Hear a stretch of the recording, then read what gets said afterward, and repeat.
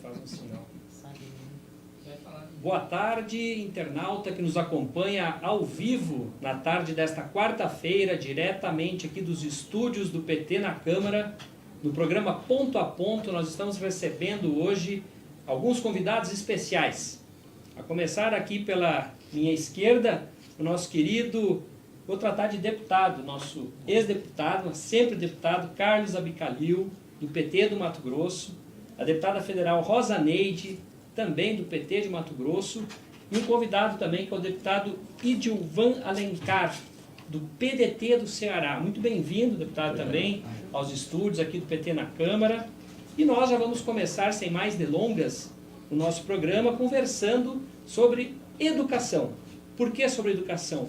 Porque hoje aqui na Câmara dos Deputados, neste momento inclusive, o ministro da Educação, Ricardo Vélez, está na Comissão de Educação. Ele veio para falar sobre os programas educacionais, enfim, a política de educação, se é que existe, do governo de Jair Bolsonaro. Então eu já vou passar aqui a palavra diretamente aos nossos convidados para que façam uma avaliação da fala, daquilo que o ministro Ricardo Vélez expôs hoje na Comissão de Educação. Boa tarde, deputada Rosa Neide, bem-vinda. Boa tarde, Leite. Boa tarde aos nossos convidados aqui, Carlos e Idilvan, dois grandes companheiros da educação. Eu fui uma das propositoras que requeria a vinda do ministro e posso afiançar que é bastante decepcionante a gente ver o ministro vir à Comissão de Educação com toda a sua equipe, mas de não trazer nada palpável para que se possa analisar da educação brasileira. Nós temos um Plano Nacional de Educação com 20 metas, construído em todo o país. A gente gostaria que o ministro se atentasse para o plano e dissesse o que vai fazer. Infelizmente, é muito triste ao final, agora, dos últimos debates lá na comissão, e o ministro pouco contribuindo com o que o Brasil precisa fazer para a educação. Boa tarde, deputado Idilvan, tudo bem? Boa tarde. Eu subscrevi esse requerimento e eu tenho duas preocupações. A primeira delas é com essa ausência de proposta, de direção. Tem até o Plano Nacional de Educação que poderiam se guiar por ele, que é um instrumento importante para a educação do país. Então, isso me preocupa, o que a deputada Rosa diz, a ausência de rumo, de norte, não há plano. E a segunda preocupação eu acho mais grave ainda. É algumas propostas que desrespeitam os professores desse país. Você falar em militarização das escolas, né? Nós temos uma crise de segurança pública e um dos fatores é poucos policiais nas ruas, tirar policial da rua para tomar de conta das escolas. Eu imagino o que os educadores desse país, como é que eles se sentem num momento desse, né? Desrespeitados, são incompetentes, não apostar nos profissionais da educação. Eu não sei se eu fico mais assustado com a proposta dessa ou com a falta de rumo do ministro da Educação. São duas questões muito preocupantes. De fato, esse cenário preocupa demais quem tem atenção com políticas públicas universais, como é o caso da educação.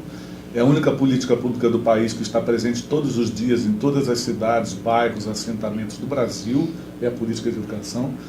No caso da educação básica, 47 milhões e meio de brasileiros e brasileiras estão diariamente nas escolas públicas, um absoluto desconhecimento, inclusive, desta densidade, do que significa lidar com o cotidiano de pessoas nesse conjunto tão diverso que é o Brasil. Segundo, que o ministro chega depois de 85 dias de governo, não é transição, a transição já foi feita antes, né? Quer dizer, todos os dados de transição e os programas para apresentar aqui na Câmara dos Deputados deveriam estar prontos como programas, não PowerPoints com titulares que nem se refere a qualquer ação de programa ou planejamento, que é lamentável. Depois de 15 exonerações em 85 dias. Há 2 semanas sem o secretário executivo, 3 deles nomeados e desnomeados, sem se saber para onde vai. E quando se pergunta qual é a próxima ação que o ministro está propondo, evidentemente repete-se ou generalidades ou combates ideológicos que eles querem constituir.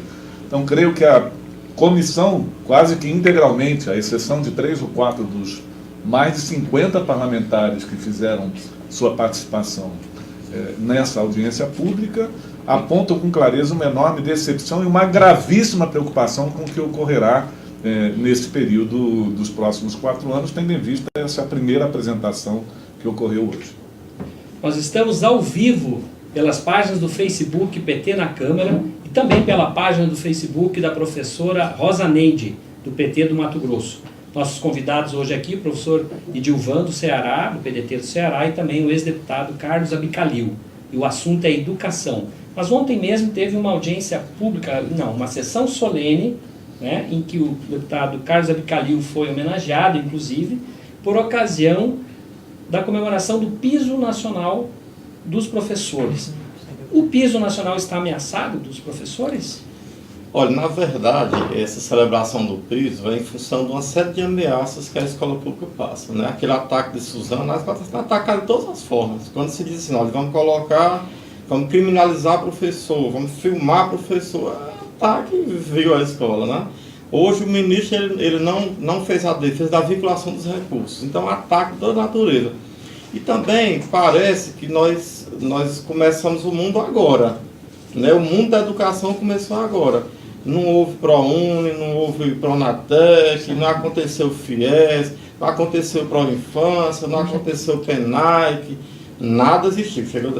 E não tivemos conquista como o piso. Então eu quis dizer para o Brasil que o piso foi sim uma conquista importante, de muita luta, e homenageei algumas pessoas importantes. O Carlos Abicalil faz parte dessa luta como um dos principais elementos, né? As pessoas que lutaram bravamente contra isso. É para dizer ao Brasil que nós temos que rememorar essas conquistas e lutar por mais. Né? Senão amanhã vão querer acabar com a lei das cotas, vão desvincular o orçamento, não vão cumprir o piso, até porque o piso depende de recursos. Se vão desvincular o orçamento, ou se o Fundeb não vai ter mais recursos, então o piso não vai ter sentido. Piso tem que ter orçamento.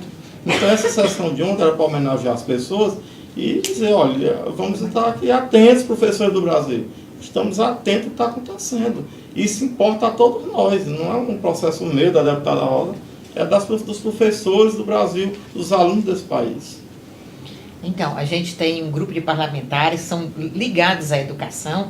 Acho que a atitude do companheiro Edilvan ontem de fazer essa sessão solene, trazer pessoas que representam a história, chama exatamente a atenção da construção que os profissionais da educação fizeram nos seus sindicatos, nas suas instituições, os governos que tiveram compromisso nos nossos tempos históricos de melhorar a qualidade da educação e de construir projetos que não é de um governo, são projetos que a nação brasileira tem para a educação. Então, neste perfil, a gente vê que esse governo que aí está desconhece tudo. A gente estava conversando na saída da comissão para vir até aqui no estúdio, que realmente parece que nós partimos do zero, é como se nós não tivéssemos nada, os educadores brasileiros não tivessem feito história. Nós temos uma história da educação que temos muito a comemorar e temos muito a planejar o futuro, temos muitos afazeres ainda. E o Ministério fica discutindo a perfumaria, o que está no entorno, esquecendo exatamente de que nós temos quantos milhões de estudantes na escola? Mais de 2.200.000 profissionais da educação. E essa questão militar, por exemplo, que nós já tocamos aqui, Leite, é dizer assim, quando eu tenho um filho difícil em casa, um problema em casa, eu vou pegar essa criança e entregar para a polícia cuidar porque o problema está difícil em casa? Eu vou trocar de pai? Então, assim, quem deve estar dentro dos muros da escola cuidando dos alunos são os educadores. Agora, vamos fazer política pública para que a segurança dê conta do entorno da escola, para que a gente tenha paz nas cidades e no campo, para que as pessoas possam estudar com tranquilidade. Vamos unir as políticas públicas. A segurança pública, a saúde, a educação, elas estando integradas, é fundamental para que a gente tenha qualidade na educação. E não é colocar, eu já fui secretário de Estado, discuti com a Polícia Militar, com a Polícia Civil no Estado de Mato Grosso, nos ajudou muito na condução da política. O que eles mais diziam era assim, quando a polícia entra na escola e assume o lugar da direção, acaba o lugar da educação. Então, o nosso lugar do portão para fora, fazendo o entorno da escola e dando segurança aos professores e aos estudantes. É uma escola, sim, com profissionais formados para atender na escola que nós temos que fazer. Então, por isso, a homenagem feita ao nosso companheiro Abicalil resgata esse histórico e nós temos que estar aqui junto. A educação tem que continuar fazendo história e não partindo da terra arrasada, como propõe o ministro. Uma das características importantes, marcadas pela iniciativa do deputado Edilvan de ontem, que é comemorar, né, fazer uma homenagem, e ao mesmo tempo que é um dia comemorativo da lei do piso, é evidentemente também revelar como se compõem políticas públicas, que não é uma visão de destruir tudo que é feito do passado e desconsiderar interlocutores que não pensem exatamente como aquele que está com a autoridade de momento. Um dos maiores patrimônios do Congresso Nacional desde o período constituinte é exatamente a dinâmica que foi inaugurada na Comissão de Educação antes de ser regimentada, que é a realização de audiências públicas com oitivas sucessivas dos diferentes segmentos da sociedade organizados em temas de pauta.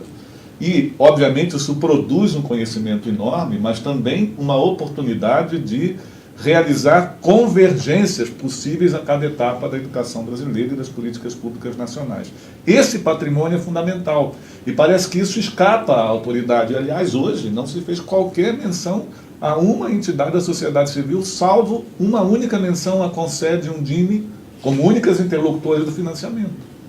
Não houve nenhuma referência ao Plano Nacional de Educação, salvo na educação superior para assegurar os 70% da iniciativa privada. Foi a única referência ao Plano Nacional de Educação. Com as entidades presentes. Com as entidades presentes. O deputado Idilvan, na sua intervenção, Idilvan, lembrava a meta número 1 da educação infantil, e tem uma proposição aqui na casa fundamental, inclusive para quem reclama que tem que fazer ajuste fiscal, que é aproveitar os 2,5 bilhões de multa da Petrobras em função das apurações da Lava Jato para a expansão da educação infantil.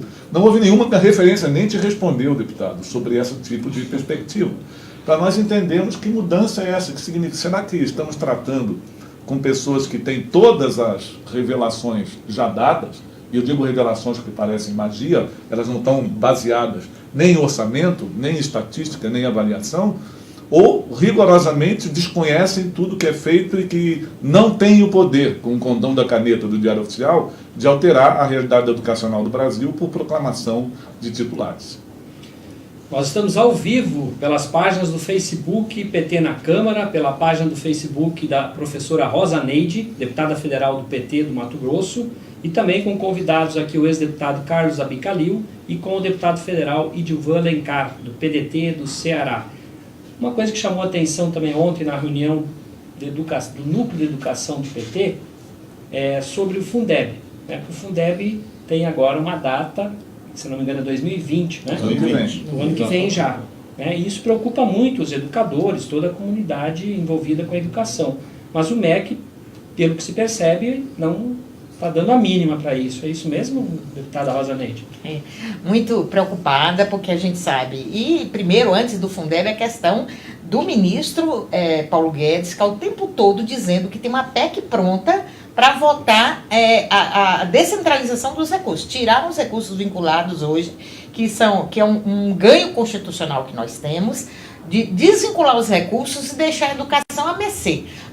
Diz que isso chama Pacto Federativo. Acho que eu estudei pouco, porque Pacto Federativo é tirar os recursos que a Constituição garantiu a estados e municípios de forma vinculada para aplicar na educação, e isso chama Pacto Federativo. Ao invés do Pacto Federativo, ser o Estado e o município e o governo federal discutindo as suas relações, os seus papéis e como é que nós vamos financiar a educação pública num conjunto tripartite aí dos entes. Então, ele o tempo todo ameaça trazer a PEC, já veio fazer discussões sobre essa PEC aqui, e aí depois tem a questão do Fundeb, que a gente tem terminalidade no próximo ano, e eu sempre chamo atenção para essa questão. Nós temos matrículas nos nossos municípios, nos nossos estados, que foi feita numa lógica a partir do Fundeb. Os municípios que têm o maior número de matrículas na federação, o estado de Mato Grosso é uma exceção, a rede estadual tem o maior número de matrículas na escola básica, mas a maioria dos municípios do país, eles detêm o maior número de matrículas, especialmente no ensino fundamental. Se o governo retira o Fundeb, aí como ficam os municípios no seu financiamento? Os recursos que são do Estado e hoje é redistribuído volta para a conta do Estado, os municípios, na maioria, têm dificuldade orçamentária, e aí como é que vamos fazer a gestão da educação pública? Tem uma irresponsabilidade muito grande, é uma política avaliada como positiva, é uma política que estruturou a educação brasileira, e aí o governo não fala nada sobre isso, o ministro vem aí, não toca no assunto.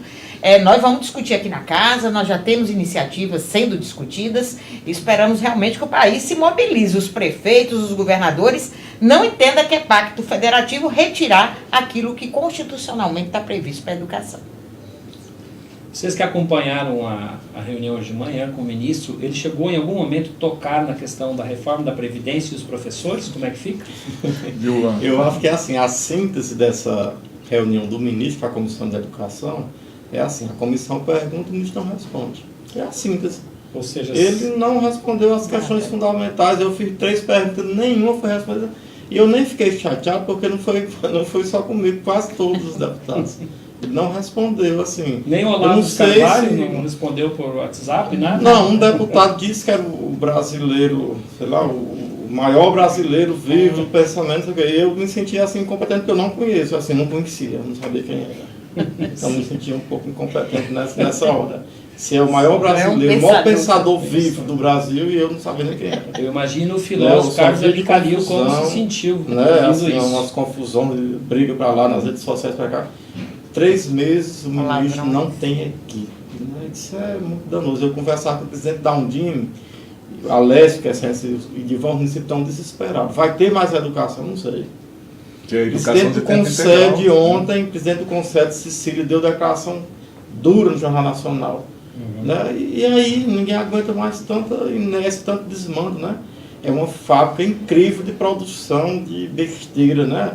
É o festival de besteira que assola o país. Acho que isso é bem cabível para o momento, né? Então, assim, eu até disse, eu nem vou perguntar sobre isso, eu só faço lamentar. Eu vou perguntar sobre declaração infeliz, sobre desacerto na gestão, não tem explicação. Isso não merece resposta, a gente tem que lamentar e rezar e torcer para que chegue a algum lugar, dê algum rumo.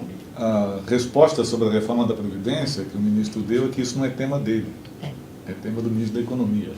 E que ele não faria ali nenhum tipo de consideração específica depois de ter ouvido vários, porque foi uma sucessão de perguntas. Assim como desvinculação do recurso, Mas também o problema da economia. fugiu ontem, ele não veio, né? Pois é, então, o ministro responsável foge, aquele que deve defender os interesses da sua pasta de educação, e vários ex-secretários de educação que estavam presentes, reiteraram que é fundamental que no interior do governo, quando há tensões em função da repartição do orçamento, que aqueles que são responsáveis por determinada área se apresentem para dizer qual é a demanda concreta dessa área. Que não há um superministro dedicado a levar o dinheiro público para os bancos que comande toda a política pública. E é isso que nós estamos assistindo. E este é o que não vem, é o que foge do debate. É o que está cuidando da Previdência, é o que vai cuidar do financiamento de todas as políticas públicas, é o que está cuidando de relações exteriores, é o que diz que vai vender o Brasil lá dentro dos Estados Unidos, diz que pré-sal em 3 meses não vai ter mais. Houve uma pergunta explícita, como se cumprirão os 10% do produto interno bruto propostos pelo PNE, lei votada por unanimidade aqui. Não foi uma meta arrancada de um partido de esquerda.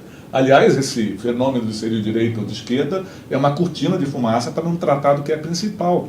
Hoje houve uma pergunta muito pontual. Segundo os dados do CIOP, que é um site oficial, dos 122 bilhões de reais orçados para este ano, o MEC já comprometeu 75 e já gastou 22. E foi uma pergunta elementar. Onde foi esse dinheiro? Em 85 dias.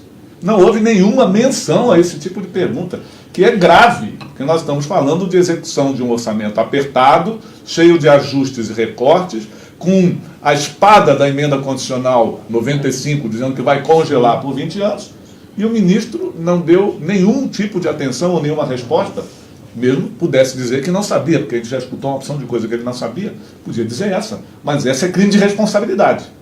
Aí é crime de responsabilidade. Uma pergunta dessa ficar sem resposta é, efetivamente, um desmando total numa pasta tão fundamental como é a pasta de educação. Mas eu gostei de uma resposta dele. Tem uma resposta aí. Gostei.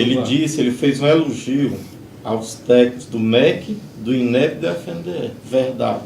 Lá tem muita gente boa.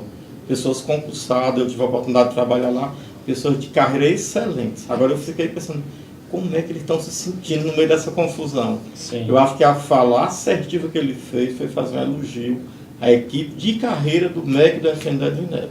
Verdade, lá tem muita gente boa. Desse pai, assim, eu fico, que situação difícil que eles estão passando, né? Se os ouvisse, quem sabe... Essa situação vivida pelo INEP em 3 dias, né? Uma portaria, depois o cancelamento da portaria, a demissão do presidente do Instituto, com as declarações que ele fez, porque estão as piadas, né? Não foi nenhum deputado que inventou, dá conta um pouco deste retrato tão duro para quem, de fato, como servidor técnico, tem um acompanhamento histórico, tem formação e se prepara para render contas à sociedade e, de repente, um desmando desse coloca em xeque toda essa construção que é do Estado brasileiro, não é de um governo ou de outro. Isso. É da sociedade brasileira, é para justamente render contas do seu dinheiro, do meu dinheiro que é pago em imposto e transformar isso em condição de entrega de serviços adequados à população. A nossa conversa aqui está muito boa. O tema educação suscita sempre grandes debates, mas a agenda legislativa aqui dos parlamentares não para em Brasília. É de manhã, é de tarde, de noite, os parlamentares estão trabalhando, principalmente o deputado Gilvan, a deputada Rosa Neide, a deputada Bicalil, que está aqui também na assessoria. Quer dizer, eles têm compromisso agora. Então, por isso, nós vamos agradecer muito a sua participação, internauta que nos acompanhou até agora, e vamos marcar uma próxima para continuar o debate sobre a educação.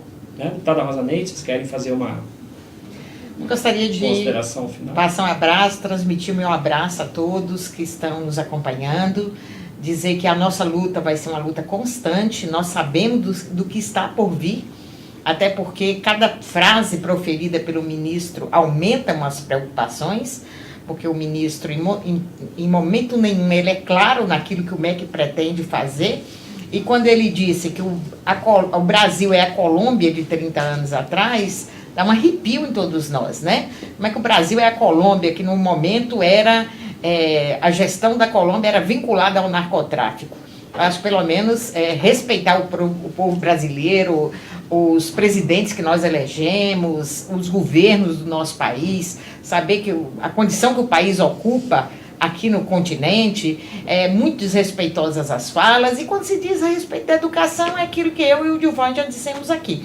O ministro passou uma manhã inteira a gente ouvindo, fazendo perguntas e nenhuma resposta. Mas nós precisamos continuar lutando, fazendo a resistência e tendo clareza que a gente tem um Plano Nacional de Educação que nós construímos juntos e vamos lutar por ele. Bom, quero agradecer esse espaço aqui que o PT está nos cedendo. Eu sou do PDT do Ceará, fui secretário de Educação. Dizer que essa preocupação com o momento do MEC ela é suprapartidária. Está na comissão praticamente pessoas do DEM, todos os partidos preocupados. Nós que temos história ligada à educação, estamos aqui exercendo nosso papel parlamentar, porque essa aflição está acontecendo lá na escola, o que é pior. Se fosse só preocupação nossa, mas as escolas do Brasil, os professores estão aí nesse momento difícil. Então, muito grato estar aqui com vocês conversando. Acho que vale a pena o nosso internauta, se tiver a oportunidade, assistir em paciência as mais de 4 horas da audiência pública e perceber nos comportamentos do conjunto da comissão, que foi muito, muito intenso.